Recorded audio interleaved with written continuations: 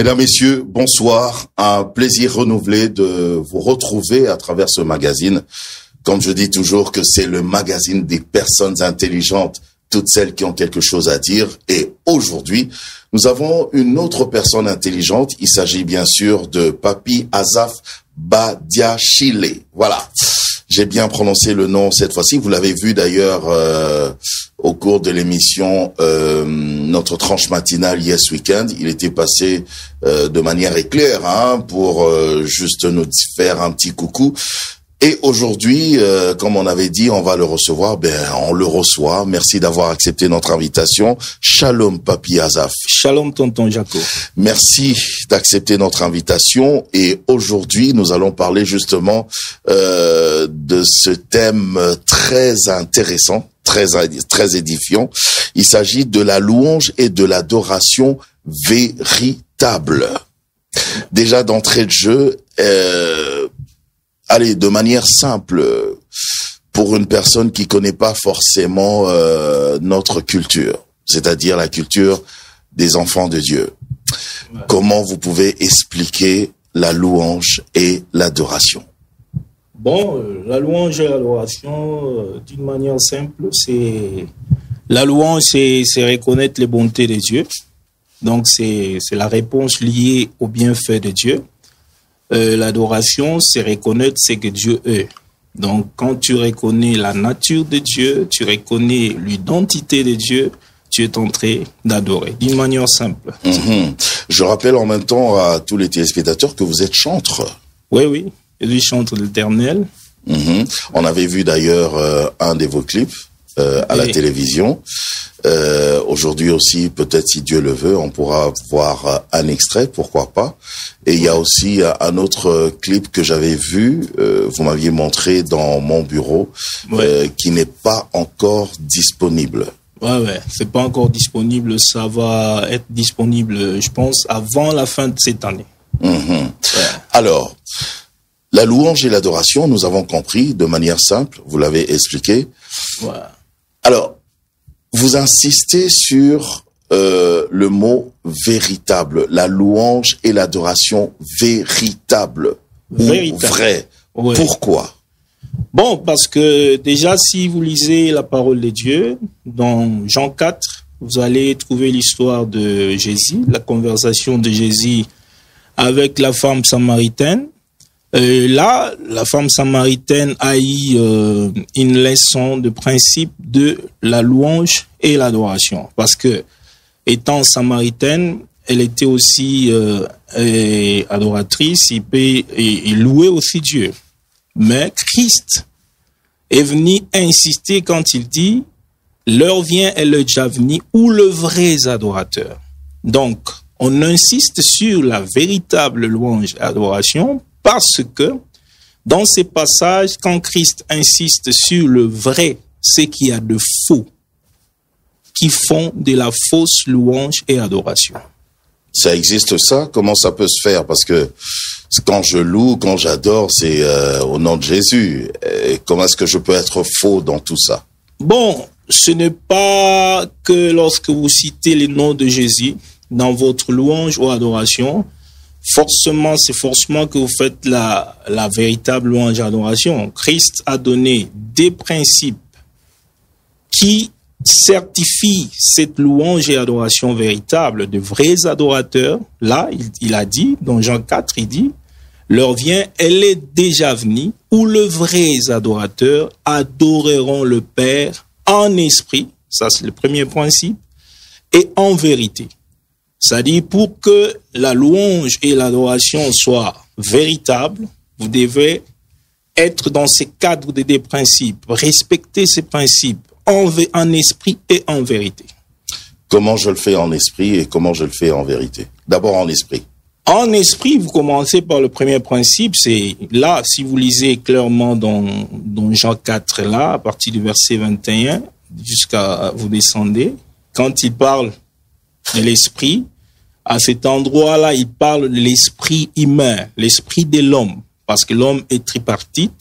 Il y a la partie spirituelle, l'esprit qui entre en contact avec le monde spirituel. C'est-à-dire que cette adoration doit commencer par l'intérieur.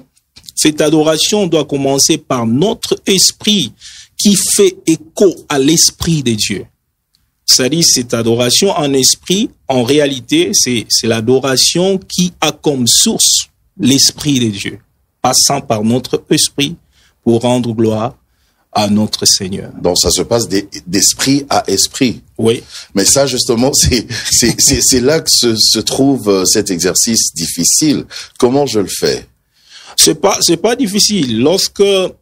Si vous lisez Romains 8, vous allez voir, la Bible nous dit, tous ceux qui sont conduits par l'Esprit sont fils de Dieu.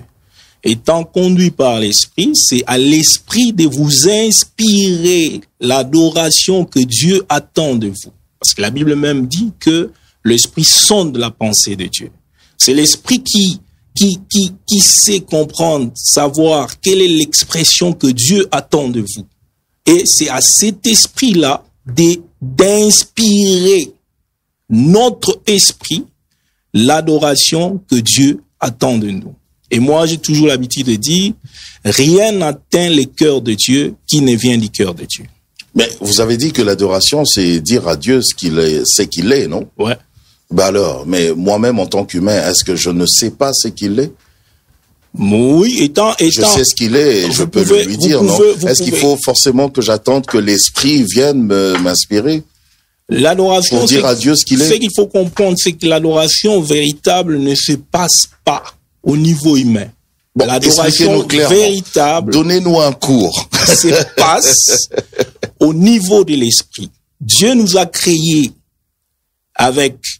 dans cette forme-là, avec l'esprit, pour nous permettre d'entrer en contact avec le monde spirituel, parce que Dieu est esprit.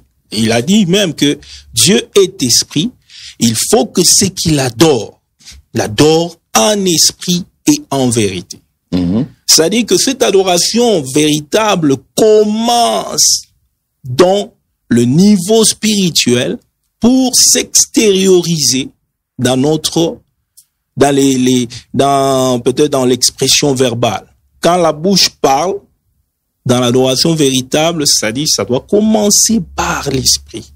Je dois me soumettre, me disposer, me connecter à l'esprit de Dieu pour recevoir à un moment bien défini l'expression que Dieu attend de moi. Si, à vous entendre parler, c'est-à-dire que je ne peux pas me mettre à adorer n'importe comment. Je dois d'abord chercher à me connecter à l'esprit de Dieu. Oui, l'adoration. Je peux pas décider moi-même comme ça, allez, je vais adorer, non. L'adoration, ce qu'il faut comprendre, c'est quoi? C'est l'apanage de ce Dieu-là. Okay. C'est lui-même qui se décide qu'est-ce qu'il veut. Ok. Qu'est-ce qu'il veut recevoir? Ce n'est pas à moi de penser et de dire que j'amène ceci à Dieu. C'est Dieu lui-même, il est roi, qui se décide, qu'est-ce que j'ai besoin de recevoir de tonton Jaco? Et il nous a aidés en nous donnant son esprit pour que son esprit nous révèle son besoin. Ah. Ouais. Donc, dans l'adoration véritable. J'aime dire véritable. Bien sûr, dans l'adoration véritable, nous apportons. En fait, Dieu s'attend à recevoir quelque chose de nous. Dieu s'attend à recevoir quelque chose qui vient de lui par nous. Alors là, je suis perdu. C'est-à-dire que c'est inspiré si par... ça vient de lui, il l'a déjà. Pourquoi ça doit passer par moi? Bon, c'est pour bien comprendre ça, il faut comprendre le but de la création de l'homme. Dans Ésaïe 43, verset 7, la Bible dit, tout ce qui s'appelle mon nom et que je créais pour ma gloire. Dans la création, Dieu, nous créant, il nous a créés pour sa propre gloire. Okay. Et ayant été créé pour sa propre gloire, il a mis en nous cette capacité d'être en contact avec lui. Et lui-même, il ne consomme pas n'importe quoi. Il veut consommer même vous. Vous ne consommez pas n'importe quoi. Non. Vous consommez des choses que vous désirez.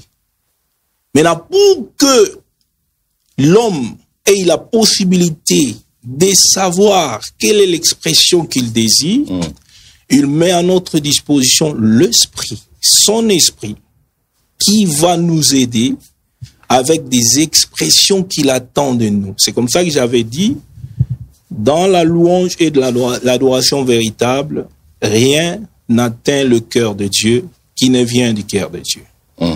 Tu ne peux pas ramasser n'importe quoi pour donner à Dieu. Tu dois lui donner ce que lui attend. Est-ce que dans l'adoration, il y a aussi, je vais dire, des sacrifices ou des présents qu'on peut donner, qu'on peut apporter à Dieu? Là, ce sont des expressions. Ça peut être, par exemple, si vous lisez dans le livre des Romains, chapitre 12, l'apôtre Paul était en train de définir l'adoration, mais là, il dit, « Je vous exhorte donc, frères, par la compassion de Christ, à offrir vos corps. » Là, on parle de l'offrande du corps. C'est-à-dire que l'adoration véritable commence lorsque j'offre, je me consacre. Et lorsque je me consacre à Dieu, je ne peux pas me consacrer et garder mon argent, par exemple. C'est-à-dire que tous mes biens, je peux aussi les offrir pour Dieu. C'est une forme d'adoration? Mais là, ça se traduit comme aussi une forme d'adoration. Parce que c'est l'offrande du corps, de mon être, et l'offrande de tout ce que je suis, tout ce que j'ai aussi. Ouais. Ça, c'est l'adoration en esprit. Ouais. Maintenant, en vérité, c'est comment? En vérité, c'est cette adoration qui est basée sur le Saintes Écritures. Parce que quand Christ parle, il dit adorerons le Père en esprit et en vérité. En vérité dont il parlait, d'abord, il voulait parler de lui-même, Christ. On ne peut pas adorer véritablement Dieu en dehors de Jésus. Donc, toute adoration véritable passe par le Christ. Et en vérité aussi, dans une autre dimension, c'est cette adoration qui n'est pas en contradiction avec le Saintes Écritures. C'est-à-dire que les expressions, les paroles que je peux prononcer, les cantiques que je peux écrire, ça doit être conforme à la parole de Dieu, parce que Dieu s'est révélé pleinement dans sa parole. Et sa parole, c'est la vérité. Ok. C'est ça, adorer en vérité. Une autre dimension de l'adoration en vérité, c'est-à-dire que l'expression extérieure doit être conforme avec l'expression intérieure. Ok. C'est-à-dire, lorsque je parle, je dis j'aime Jésus, mon expression là, mon cœur aussi doit parler cette expression. Ça ne peut pas être en contradiction. C'est aussi une Donc je dois dire à Dieu ce que je vis moi-même réellement. Et c'est que je ressens réellement. Oui. Et aussi c'est dans la dimension de ma manière de vivre. Je ne peux pas me présenter devant Dieu et parler des bonnes paroles. Mais entre-temps, ma vie sur la terre, la façon dont je me dirige, je vis, c'est en contradiction avec ce que je fais quand je suis devant le Seigneur. Ça, c'est ça. Donc, il faut toujours être dans un état de sanctification. Oui, il faut toujours marcher. Ça, c'est la conformité à la parole de Dieu. C'est cette vie de l'adoration véritable. Vivre une vie conforme à la parole de Dieu. Voilà. Alors, puisque vous êtes chanteur aussi, tout au début de l'émission, j'ai parlé d'ailleurs de votre clip que nous avions regardé dernièrement. Je vais proposer à nos téléspectateurs de regarder cet extrait. Le titre, c'est Tokoloba Merci. Tokoloba Merci. Ah oui, encore de l'adoration, toujours de l'adoration. Wow. On va regarder ça, Tokoloba Merci. Nous allons dire merci pour ceux qui comprennent pas le lingala. Et on va se retrouver juste après. À tout de suite.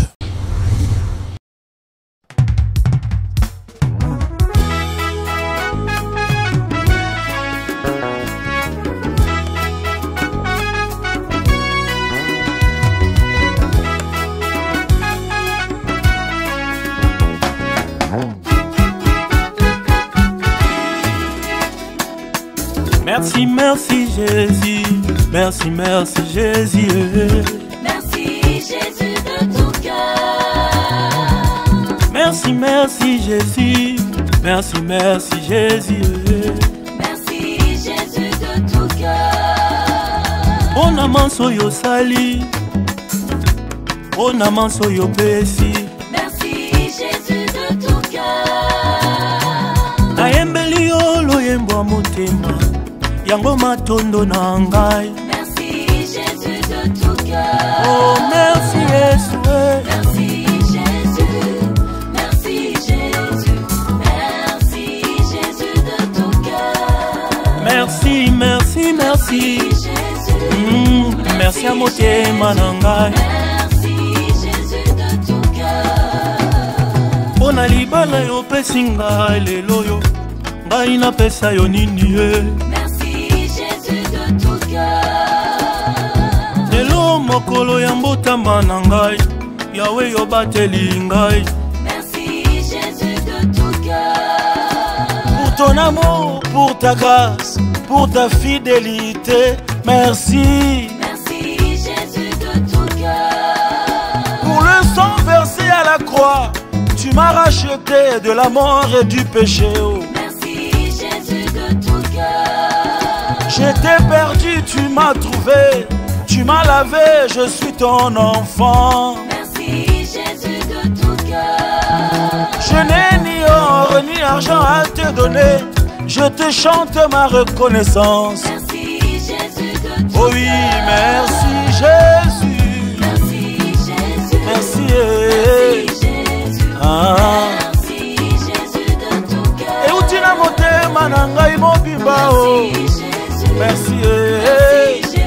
Merci, merci de tout cœur. Toko yemba, toko bina lelo. Toko loba merci. Aksanti sana baba wangu, Bwana wa majeshi.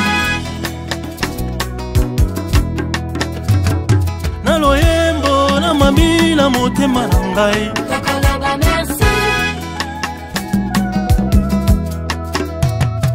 Losaka efula, losaka efula. Tokoloba merci. Toi sakedila, toi sakedila, toi sakedila. Tokoloba merci. Toi Santa Luine, toi Santa Luine. Tokoloba merci. Oh merci Jésus. Merci oh, merci Jésus. Yes, oh, merci Jésus de tout cœur. Merci Jésus. Merci Jésus. Merci oh, merci Jésus. Merci Jésus de tout cœur. Oh merci, merci merci Jésus. Bon amant sali. Oyokelinga mawao. Nazalaka mosika obenganga pene na yo. Merci aya Merci oh, de tout cœur. Oh merci Jésus. Loyembo motema na ngai. Merci Jésus de tout cœur. Tes bontés Seigneur Jésus immense, nous te rendons gloire. Merci Jésus de tout cœur. Oh merci, merci. Merci Jésus. Ola moi motema na ngai. Moninga motema na ngai. Merci, merci, merci, merci. Merci à motema na ngai. Merci Jésus de tout cœur. Toko yemba, toko bina lelo. Merci pour le nyonso osali.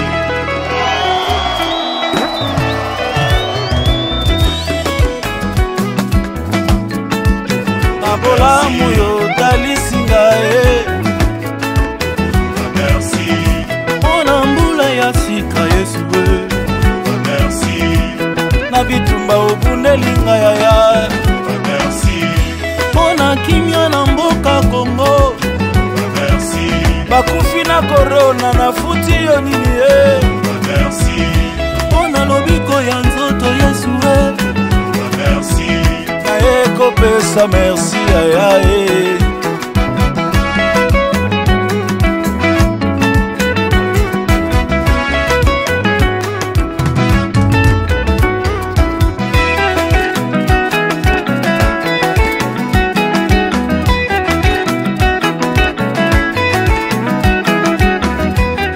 Tokoloba, merci. Alors, j'ai une question de curiosité, mais vraiment, c'est une question que tout le monde pose par rapport à la musique, justement, que vous faites.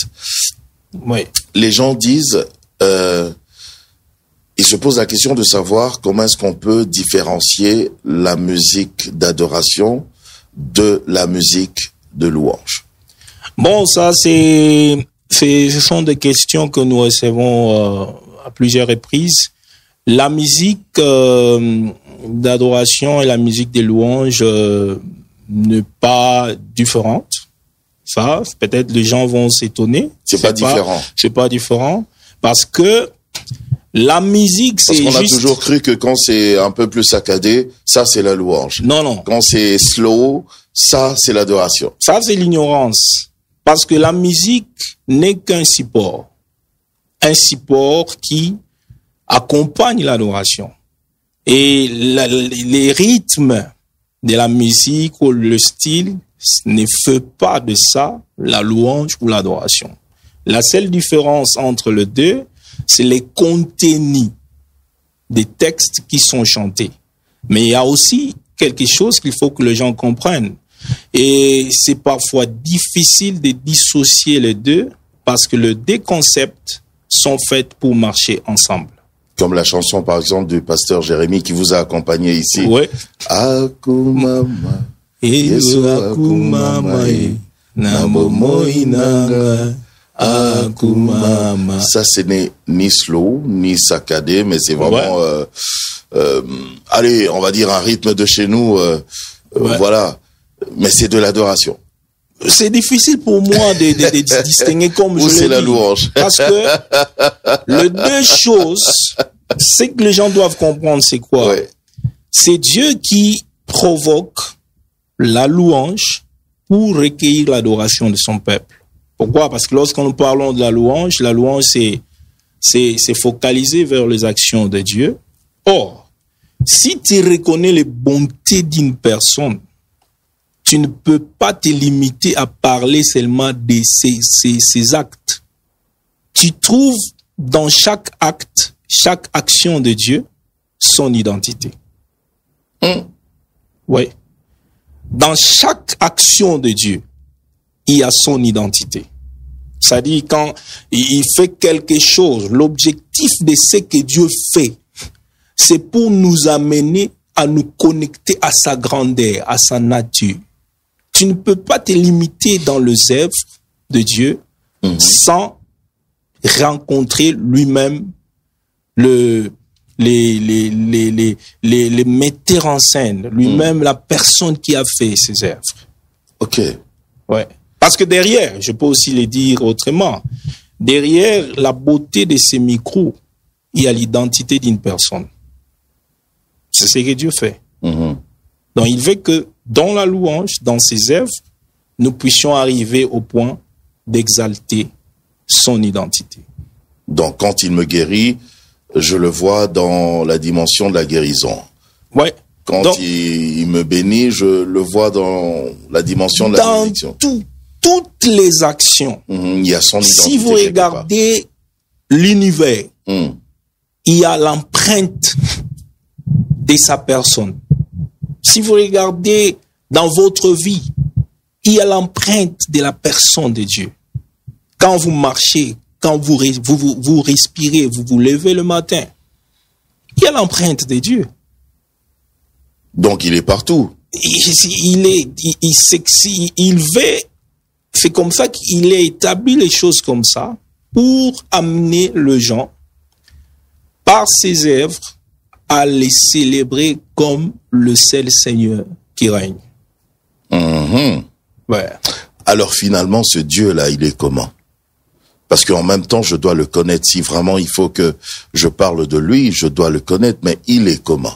Oui, parce que vous savez, Et la véritable louange et adoration, c'est pour les gens qui connaissent Dieu. Dieu a pas dit à Jésus a dit à la femme samaritaine, vous adorez ce que vous ne connaissez pas. Parce que pour adorer véritablement Dieu, il faut le connaître. Et pour le connaître, il nous a donné sa parole, il s'est révélé dans sa parole. Lisez la parole, méditez la parole de Dieu. Vous allez connaître ce Dieu-là. Et laissez-vous guider par l'Esprit de Dieu. Vous aurez à chaque instant les expressions de louange et d'adoration que lui-même Dieu attend de vous. J'ai lu quelque part dans la Bible, j'ai remarqué que le mur de Jéricho était tombé juste par la louange. Comment ça se fait? Oui, parce que dans la louange et l'adoration, c'est une arme. Moi, je ne sais pas l'aider. Hein, parce que depuis que Dieu m'a amené à comprendre que les deux concepts marchent ensemble, je parle de ces deux concepts en un. C'est comme ça que j'ai dit la louange et l'adoration. Donc les deux se rencontrent. Oui, les deux marchent ensemble. Ça marche ensemble. C'est complète. La louange, c'est l'introduction de l'adoration. C'est les chemins qui t'amènent à découvrir l'identité du roi. Et donc, ce que vous venez de dire, ce qui s'est passé, c'est quoi? Parce que quand vous adorez véritablement Dieu, la Bible dit dans Psaume 22, verset 5, 4-5, et la Bible dit ceci, pourtant tu es saint, tu sièges au milieu des louanges d'Israël. Donc, Dieu siège. Quand tu commences à louer, en d'autres termes, tu construis les sièges de Dieu. Tu construis le trône de Dieu. Et quand Dieu vient trôner là où il est célébré, tout obstacle de l'ennemi tombe. Tout obstacle. Vous pesez vos mots. Tout obstacle. Il y a un autre contexte dans le livre d'Actes des Apôtres, verset 16. L'histoire de Paul et Silas. On les arrête, on le place dans la prison. Et là, on dit, on le place dans la prison inférieure. La prison inférieure, c'était une prison réservée aux brigands, réservée aux malfaiteurs. On le place là-bas, et comme ça ne suffisait pas, on va leur mettre un instrument qu'on appelle seps. Seps, là, c'était un instrument de torture. Donc, on immobilisait les prisonniers, tu ne peux pas bouger. Et pendant qu'ils étaient là, ce que j'aime, la nuit, la Bible dit, la nuit, ils ont commencé à louer, à chanter, à louer Dieu. Tout en étant en prison. Oui. Et la Bible dit, tout à coup. Donc, quand vous célébrez Dieu, il y a toujours un tout à coup qui arrive pour briser les chaînes, rompre les chaînes, ouvrir les portes des prisons. Donc, pourquoi? Parce que lui-même, Dieu, siège dans la louange et l'adoration véritable. Bon, ça c'est Paul et Silas. Ouais. Mais est-ce que nous, là, dans la vraie vie comme ça, là, on n'est pas extraterrestre, hein? Oui. Quelqu'un nous regarde et il va dire, mais Papy Azaf, franchement, je me retrouve dans une situation difficile. Est-ce que toutes les situations me permettent d'adorer Dieu? Bon, moi je parle des choses que moi-même j'ai expérimentées. Je me retrouve en prison et puis je me mets à adorer. Oui. Parce que Où trouverais-je cette force? Bon, ça, c'est lorsque vous restez dans la pensée humaine, vous pensez que c'est impossible. Il faut regarder, bon, il faut aussi bien spécifier ici. Paul et Silas s'est retrouvés en prison. Ils étaient innocents. Ils étaient en mission de l'évangile et ils ont délivré une femme qui était possédée Et ce sont maintenant le chef de cette femme, le maître de cette femme qui les ont traînés dans la prison. Mais si vous vous retrouvez en prison parce que vous avez volé de l'argent de l'État, ne commencez pas à louer, dire que non, j'ai suivi Papi Azaf, il a dit, il faut commencer à louer le Seigneur. Là, c'est ce que vous récoltez, ce que vous avez sémé.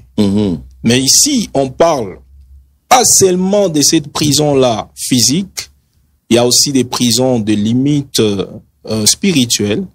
Et dans le limite spirituel, des frontières spirituelles, la louange, c'est le passeport qui vous fait passer des frontières spirituelles établies. Cherchez le passeport de la louange, vous allez les dépasser. J'ai un combat qui se présente devant moi. J'ai un grand obstacle qui est là devant moi. Ouais. Alors, vous me dites, au lieu de me battre, je dois louer ou adorer. La question, c'est aussi, vous allez vous battre. J'ai vraiment une difficulté. Vous allez vous battre comment? Rendez gloire en toutes choses. Rendez gloire à Dieu. Car c'est à votre égard la volonté de Dieu. Rendez gloire à Dieu en toutes circonstances. C'est-à-dire que je peux même prendre le verset que nous parlons beaucoup lorsqu'on parle de la louange, des reconnaissances, les psaumes 103. On dit, mon âme bénit l'Éternel et n'oublie aucun de ses bienfaits. Le contexte de ces psaumes, c'est un contexte d'adversité. David se retrouve devant ses adversaires. David se retrouve dans un combat. Maintenant, il a commencé à parler. Normalement, ces psaumes, ce n'est pas comme nous récitons ça. C'est mon âme bénit l'Éternel. Il était en train de parler à son âme. N'oublie aucun de ses bienfaits. Devant l'adversité, ne craignez rien. Glorifiez le Seigneur. Lorsque tu glorifies Dieu, Dieu peut te révéler par son esprit la stratégie à mettre en place pour finir avec ce problème. Je donne un exemple clair. Ouais. La RDC est agressée. Ouais. Nos FRDC se retrouvent au front. Ouais. Et vous allez leur dire, adorez et louez. Oui, c'est bien parce que vous avez donné l'exemple d'une nation. Il y a aussi dans la Bible, dans 2 Chroniques 20, l'exemple du royaume de Juda, qui était attaqué aussi par 3 peuples. C'était une coalition de 3 peuples. Mais le roi... Ah, à l'époque du roi Josaphat. Oui. Le roi, quand il a su ça, il pleurait devant le Seigneur. Il a pleuré, il a jeûné pendant 3 jours. Mais quand il termine, il sort. Ça, c'est la première guerre que moi, je lis dans l'histoire où on a pris les chantres. On les a mis devant. Au front. Devant. Les hommes armés étaient derrière. Derrière les chantres.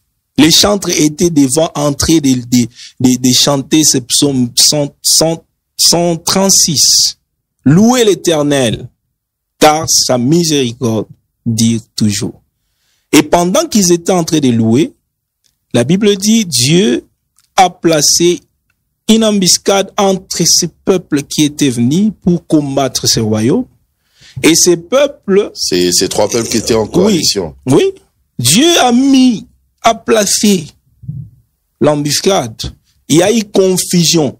Et ces peuples-là, entre eux, ils commençaient à se combattre.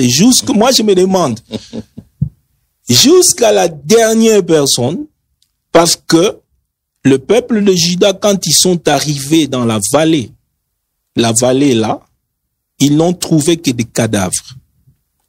Je me pose la question, la dernière personne qui a tué le dernier de l'autre camp, qui s'est en chargé? C'est Dieu lui-même. Lui qui pensait être le vainqueur. Pas, je pense qu'il a senti seulement une main invisible, il est tombé. Donc, ça dit que la louange, c'est une arme. Et Donc vous voulez que nos FRDC implore, loue Dieu. Ça dépend. Adore Dieu. La louange, ce n'est pas seulement le fait de chanter. La véritable louange commence par l'état du cœur. Ok.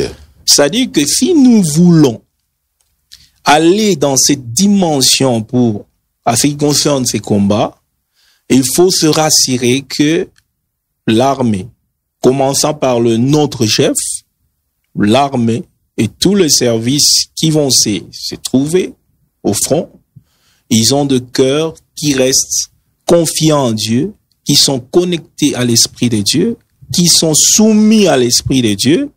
Et lorsque nous sommes comme ça, si on se met seulement à célébrer le Dieu de gloire, moi je sais que comme la Bible dit qu'il siège au milieu des louanges de son peuple, il va intervenir.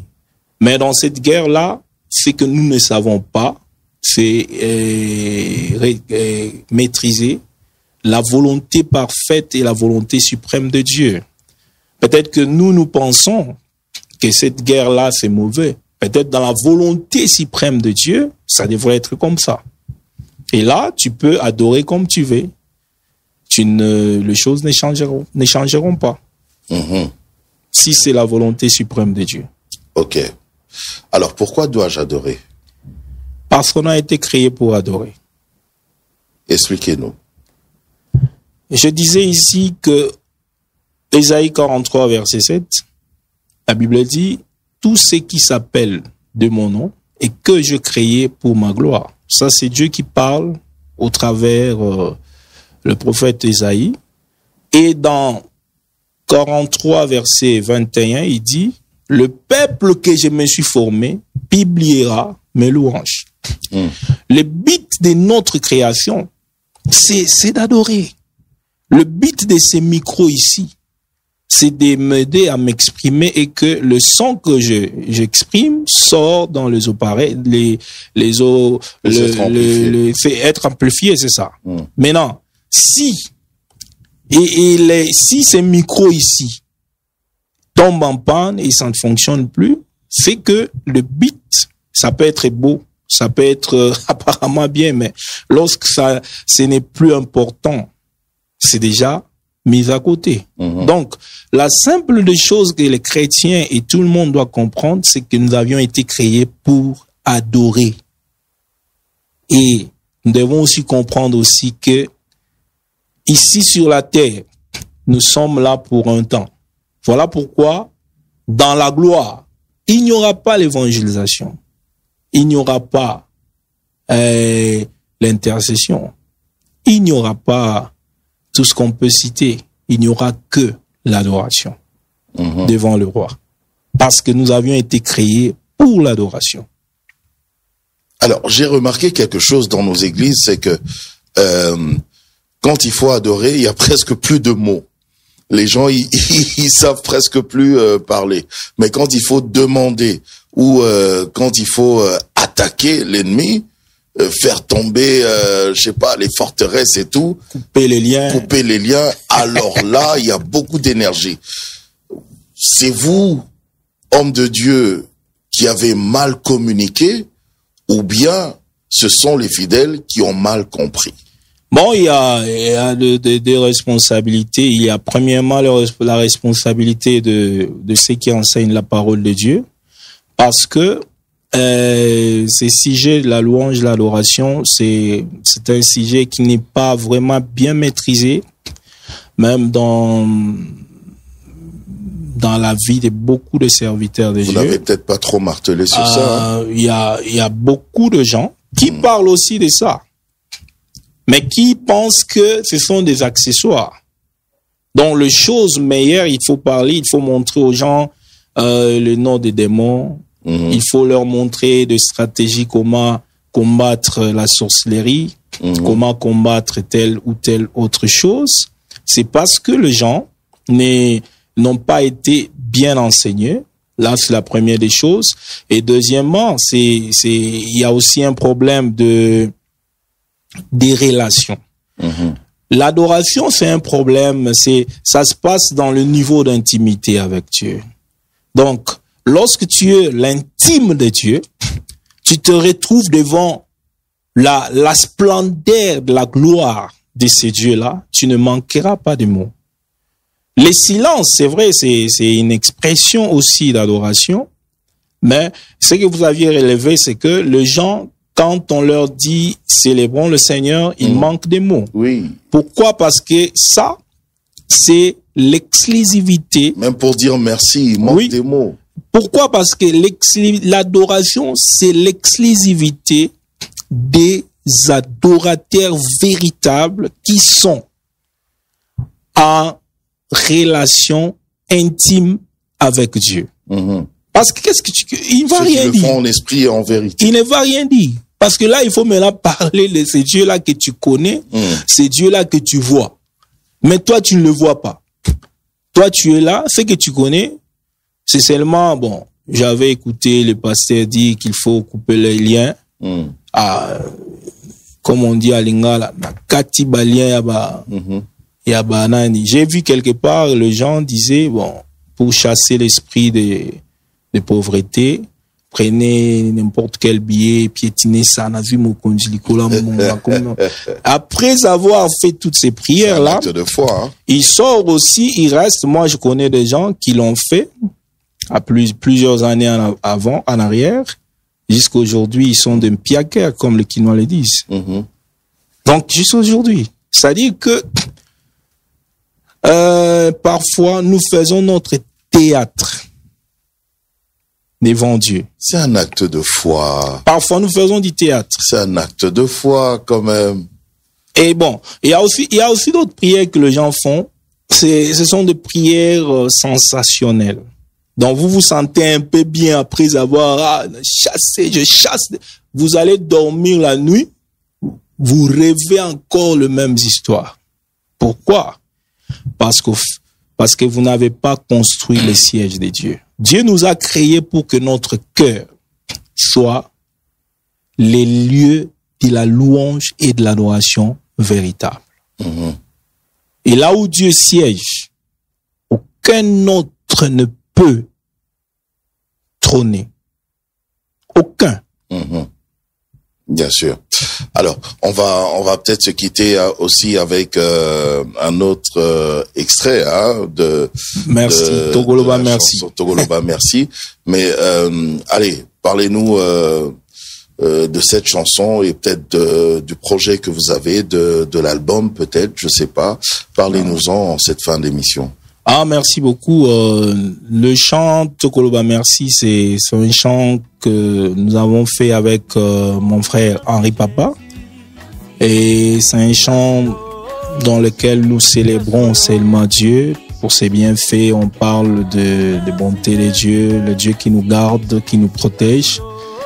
Et bon, dans le projet, ces chants-là aussi sera dans l'album qui va sortir bientôt. Notre premier album, c'est Le Roi des Gloires. Et dans cet album, nous aurons 7 titres, y compris Tokoloba Merci. Et cet album, vous allez, avec de ces chants, seulement célébrer le roi. Il n'y a pas de chants qui vont vous amener dans la distraction. Ce sont des chants qui vont nous amener à adorer et à louer véritablement le roi qui nous a créés pour sa propre gloire. C'est pour quand déjà? Bon, je ne peux pas encore fixer tout parce que déjà nous avons fini l'album. On est en train de préparer maintenant la sortie.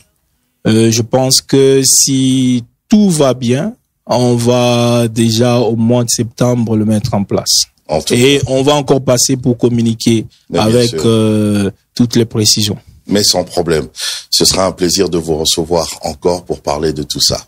Merci beaucoup. Papi Azaf Badiachile, merci. Merci beaucoup, tonton.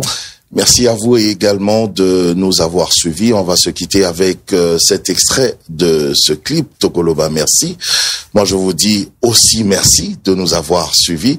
On va se retrouver la prochaine fois pour un autre numéro de Dites-moi tout avec une autre personne intelligente. Portez-vous bien, que Dieu vous bénisse. Au revoir. Argent à te donner, je te chante ma reconnaissance. Merci Jésus de tout Oh oui, merci. Jésus. Merci Jésus. Merci. Jésus. Ah. Merci Jésus de tout cœur. Et utina motema na ngai mobimba oh. Merci. Jésus. Merci oh, oh, oh, de tout cœur.